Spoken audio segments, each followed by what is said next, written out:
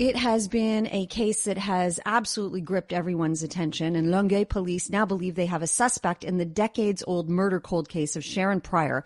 She was killed in Pointe St. Charles here in Montreal back in 1975. A press conference was held earlier today to reveal new information. We spoke to Francis Charette, who is a sergeant with the Longueuil police force, just ahead of that press conference. He joins us now. Thank you so much for your time today, Sergeant Charette. Thank you. Good evening. So what is the latest information? Do we now have confirmation of the murderer? Yes, we have the confirmation that the murderer of Sharron was Franklin Rubin. We had the information from the laboratory of Montreal, and we are 100% sure that Franklin was the murderer of Sharron Prior when it occurred in 1975. 100% sure. And how can you be so sure? Because the DNA we collect on a crime scene in 1975 fit at 100% of the DNA that we recovered in the graveyard where we exhumed Frank Rowan. Okay, and so from what I understand, the family initially did not want his body to be exhumed. That's not really that. Because at first, when we spoke with the family, they were partners with us and they helped us during the investigation. But when the time goes by and we start the process of exhuming Frank, there were some issue with one member of the family who wasn't sure that he wanted us to exhume his brother. Okay. So we had a few difficulties with this person, but at the beginning everything was okay with them. Okay. And now, from what I understand, this man had a very extensive criminal record. Can you tell us a bit about that, Sergeant? I don't have all the details of the criminal record of Frank Roman, but what I can say is his criminal sheet start when he was 11 years old. He made numerous break-in entry. He made a lot of how do you say when you escape from jail? He escaped from jail. Mm-hmm. Yeah, he escaped from jail like 4 or 5 times, depending on where you were convicted. And also he was at the time he made the murder in Montreal, he had a warrant for a sexual abuse on a female in West Virginia. Okay. I can only imagine the kind of sense of closure that this finally gives Sharron's family. Does this kind of DNA research, the leaps and bounds that we've made with the DNA evidence, does this give hope for other people involved in cold cases going forward? Can we expect more cases to be solved? Definitely, because in the Sharron Prior case, Frank Roman wasn't one of our suspects. It was a ghost for us. So when we used the technique with the DNA, it gave us some place to search for a suspect. So we're going to do this method to all the cold cases that we can apply it, and we hope to have numerous suspects that will show up on our radar for the investigation. Well, it still remains a very sad story, but very good news, especially for the family of Sharron Prior. I guess this case is now closed. Yes, we hope that it gives peace to the family, and we hope to find many more persons that we can. We hope to be to press charge against them if we find them. Excellent. Thank you so much for your time today, Sergeant. Thank you, ma'am. Sorry for my English. I tried my best, but sorry for that. Mais non, c'était très bien. It was great. Thank you. Merci beaucoup. That was Francis Charette, sergeant of the Longueuil police force. He was part of this press conference that was held just about an hour and a half ago. Amanda KLINE, our CTV News reporter, was there, and she joins us now. Thanks for your time today, Amanda.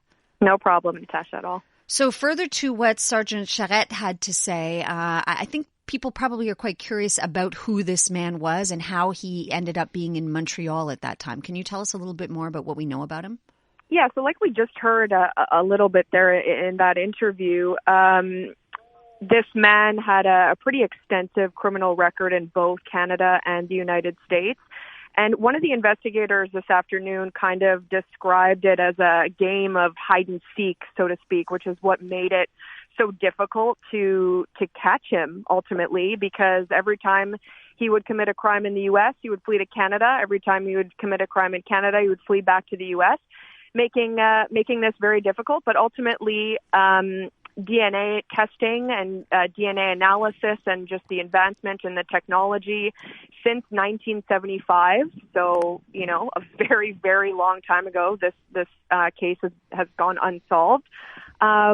Since those advancements, that's ultimately what was able to lead investigators finally to this man. It was a shirt that was found that was used. Investigators believe to restrain Sharron Prior. That DNA at the time, there wasn't enough of it to be tested in 1975, but now there was, and that is really what ultimately led to this connection to this man. Wow. Hey, Amanda, I'm just trying to understand as well. So Natasha had asked the question about the family of this man, and I think when we first reported this story a couple of weeks ago, the issue was they didn't want his body to be exhumed. How do police get around that? Well, they were asked that actually during the press conference, just why they thought that this was necessary to do. This man came from a family of 8 children, 4 brothers. So through the testing, they were able to determine that the killer was likely part of this family. 2 of those brothers have died. So they really wanted to make sure that they were identifying the right man. I mean, ultimately he's dead, so there's nothing there will be no charges. Right. This case is closed. Nothing will happen. But ultimately, they really wanted to make sure that this was the right man. So they believed that this was the right thing to do in order to be 100% sure that this was the man responsible for that horrible crime. So I touched on it with the sergeant a little bit there in terms of the sense of closure. I mean, I'm even thinking of the killer's family to some degree. There must be some closure there, but I can only imagine for Sharron's family. What do we know about how they're feeling and how they're handling this news, Amanda?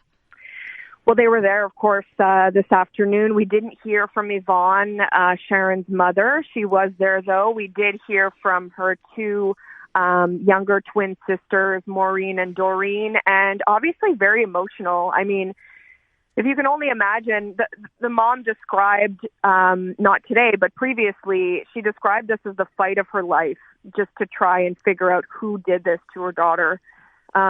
She has described in the past the feeling she had when she didn't come home on time, which was extremely uncharacteristic of Sharron. As she described it as she knew something in her gut that something was wrong. So for her, I mean, just the fact of knowing this, the family says that, of course, it's not going to bring her back. But after 48 years of thinking about this every day, of discussing with investigators, of bringing leads to them, of offering rewards, of you name it, it's been a long, long journey for the whole family. And so there is a sense of closure. There is a sense of relief that he is dead, this man. They say so that obviously there is no chance of him doing this again to anyone else in either country, really. We know he had that tendency to go from one country to another. So a sense of relief, obviously very emotional. The family didn't take any questions, so they really just wanted to say their piece, and that was it. When you say on both sides of the border, I didn't remember that about the original story, but just the fact that he could do both at the time. Do we know in the U.S. were authorities looking for him as well?